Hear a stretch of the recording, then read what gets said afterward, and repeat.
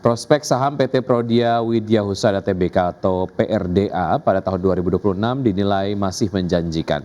Iya, langkah ekspansi perusahaan di sektor layanan kesehatan menjadi salah satu katalis positif bagi kinerja jangka menengah hingga panjang.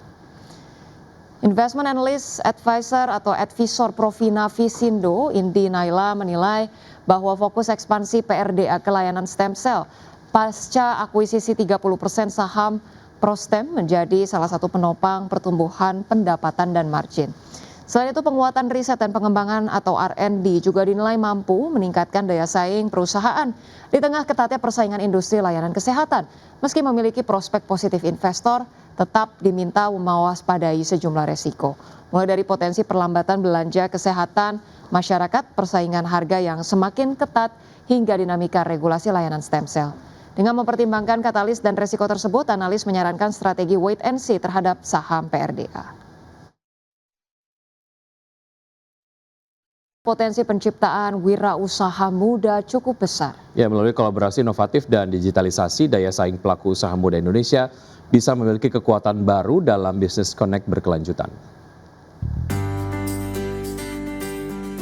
Sebanyak 37 wirausaha muda didorong berani untuk melantai di Bursa Efek Indonesia atau IPO. Salah satu upaya dilakukan pengusaha nasional Sandiaga Salahuddin Uno, sekaligus founder Yayasan Indonesia Setara dan Sandi Nation Academy untuk mendorong para pelaku usaha muda memiliki daya saing global. Dalam penyelenggaraan Rocket Day 2025, Graduation Ceremony Inkubasi dan Akselerasi, Rocket Youthpreneurs yang digelar di Bursa Efek Indonesia tercatat nilai bisnis connect menembus 4,17 miliar rupiah. Hal ini menunjukkan kuatnya daya tarik bisnis dari para peserta di mata mitra dan investor, di mana Business Connect sebagai jalur strategis pembibitan calon emiten muda Indonesia yang diharapkan dapat mendorong transformasi usaha kecil menjadi bisnis formal, terukur, dan berkelanjutan. Kendala utama mereka adalah dari 1.250, pertama adalah pengelolaan usahanya. Jadi modal itu nggak menjadi kendala pertama. Jadi pengelolaan usahanya ini yang kita benahi, bookkeepingnya, kita benahi juga cara mereka memarketing. Ada yang tadinya hanya online, tapi kita bilang harus ada kombinasi online dan offline experience. Dan terakhir mereka sekarang dapat pemenang-pemenang ini kan dapat juga hadiah permodalan maupun pitch ke luar negeri, ke Shanghai maupun juga ke China. Jadi ini adalah bantuan daripada kolaborasi banyak pihak, ada para sponsor, juga Kementerian Koperasi. Saya ucapkan terima kasih kehadirannya, dan mudah-mudahan di tahun depan acara ini bisa dibuat lebih besar lagi.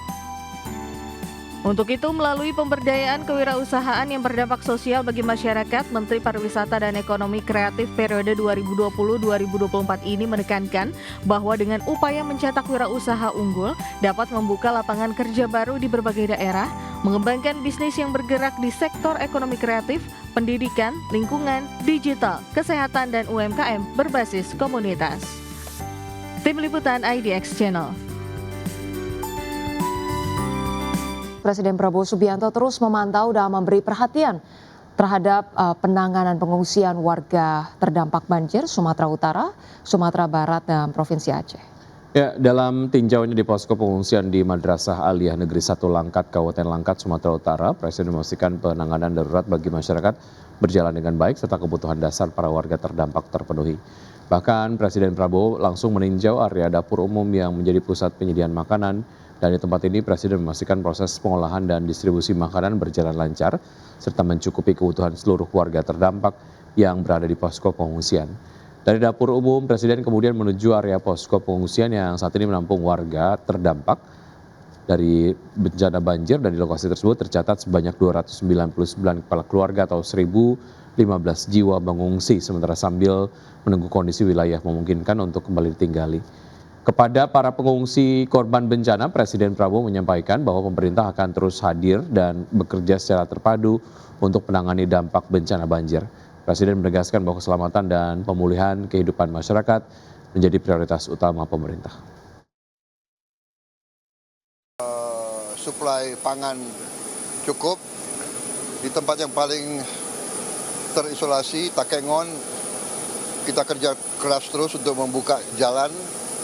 Benar meriah juga, saya kira sudah jembatan sudah berfungsi ya, benar meriah ya. Jembatan sudah berfungsi ya kemarin.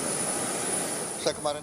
Direktorat Jenderal Bea dan Cukai Kementerian Keuangan tengah mengembangkan aplikasi berbasis kecerdasan buatan bernama Trade AI untuk memperkuat pengawasan impor. Ya, Menteri Keuangan Purbaya Yudi Sadewa memastikan pihaknya siap menyediakan anggaran agar sistem tersebut dapat berfungsi optimal dalam mencegah praktik under invoicing yang kerap dilakukan oknum importir. Kementerian Keuangan melalui Ditjen Bea Cukai terus mendorong peningkatan pengawasan aktivitas ekspor-impor di pelabuhan demi memastikan penerapan regulasi dipatuhi semua pihak. Saat ini, tim pengembangan AI Bea Cukai masih memanfaatkan perangkat keras dan perangkat lunak yang ada. Namun ke depan, pengembangan penuh aplikasi Trade AI diperkirakan membutuhkan investasi mencapai 45 miliar rupiah. Menteri Keuangan Purbaya Yudi Sadewa menjelaskan sistem AI Bea Cukai dirancang untuk meningkatkan ketepatan analisis impor serta mendeteksi lebih dini potensi pelanggaran seperti under invoicing hingga indikasi pencucian uang berbasis perdagangan. Keberadaan teknologi tersebut diharapkan dapat memperkuat efektivitas pengawasan kepabeanan. TDA itu software-nya dikembangkan secara internal, jadi nggak ada investasi yang terlalu besar sampai sekarang. Kita pakai sumber resources yang ada, hardware yang ada, software yang ada, yang paling saya bayar gaji yang biasa.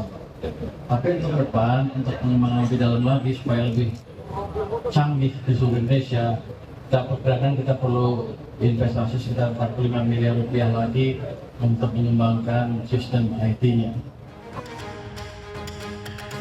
Trade AI di tiap pelabuhan nantinya akan dibekali kemampuan analisis nilai pabean, klasifikasi barang, dan verifikasi dokumen yang seluruhnya akan terintegrasi dengan sistem CISA 4.0. Purbaya menegaskan bahwa integrasi ini akan mempercepat proses pengambilan keputusan di berbagai lini pengawasan, sebab praktik under invoicing selama ini menjadi modus umum untuk menurunkan nilai transaksi demi mengurangi pembayaran bea masuk dan pajak sehingga berpotensi merugikan negara. Jakarta, Raharjo Patmo, IDX Channel. Pharma Tbk menyiapkan rencana pembelian kembali saham atau buyback dengan maksimal 250 miliar rupiah di tengah kondisi pasar yang berfluktuasi signifikan. Direktur Kalbe Pharma Kartika Setiabudi menyampaikan bahwa langkah buyback tersebut diharapkan dapat memberikan keyakinan kepada investor terhadap nilai fundamental saham perseroan sekaligus menjaga stabilitas harga saham di pasar. Adapun periode buyback direncanakan berlangsung selama maksimal 3 bulan, yakni mulai 16 Desember 2025 hingga 15 Maret 2026. Perseroan akan menggunakan dana internal untuk membiayai aksi korporasi ini. KB memperkirakan pelaksanaan buyback berpotensi menurunkan pendapatan bunga sekitar 2,97 miliar rupiah setelah periode pembelian kembali saham berakhir. Namun manajemen menilai dampak tersebut tidak bersifat material terhadap kinerja perseroan. Dari sisi kinerja per saham, KB memproyeksikan laba per saham secara performa berpotensi meningkat menjadi Rp70,42 per saham apabila buyback dilaksanakan sepenuhnya. Angka tersebut lebih tinggi dibandingkan laba per saham tahun buku yang berakhir pada 31 Desember 2024 sebesar Rp70,16 per saham. Berbagai sumber IDX Channel. Ya. Pemirsa, emiten perunggasan PT Janu Putra Sejahtera Tbk mengalokasikan belanja modal senilai 130 miliar rupiah untuk tahun 2024 seiring dengan ekspansi bisnis ayam petelur hingga pembibitan. Ya, Direktur Utama PT Janu Putra Sejahtera Tbk Sri Mulyani mengatakan manajemen telah menetapkan arah strategis yang prospektif pada tahun 2026 berfokus pada penguatan unit bisnis layer komersial yakni ayam petelur dan ekspansi kapasitas breeding atau pembibitan. Ya, strategi ini didukung penuh oleh momentum kebijakan pemerintah terutama melalui program makan bergizi gratis yang diproyeksikan akan mendongkrak permintaan protein hewani nasional. Adapun rencana pembangunan hatchery atau penetasan akan direalisasikan di Kulon Progo, Yogyakarta pada tahun depan untuk mendukung breeding dan grandparent stock. Dengan hatchery milik sendiri, perseroan pun berharap dapat mencapai efisiensi yang lebih tinggi untuk DOC final stock dan juga parent stock.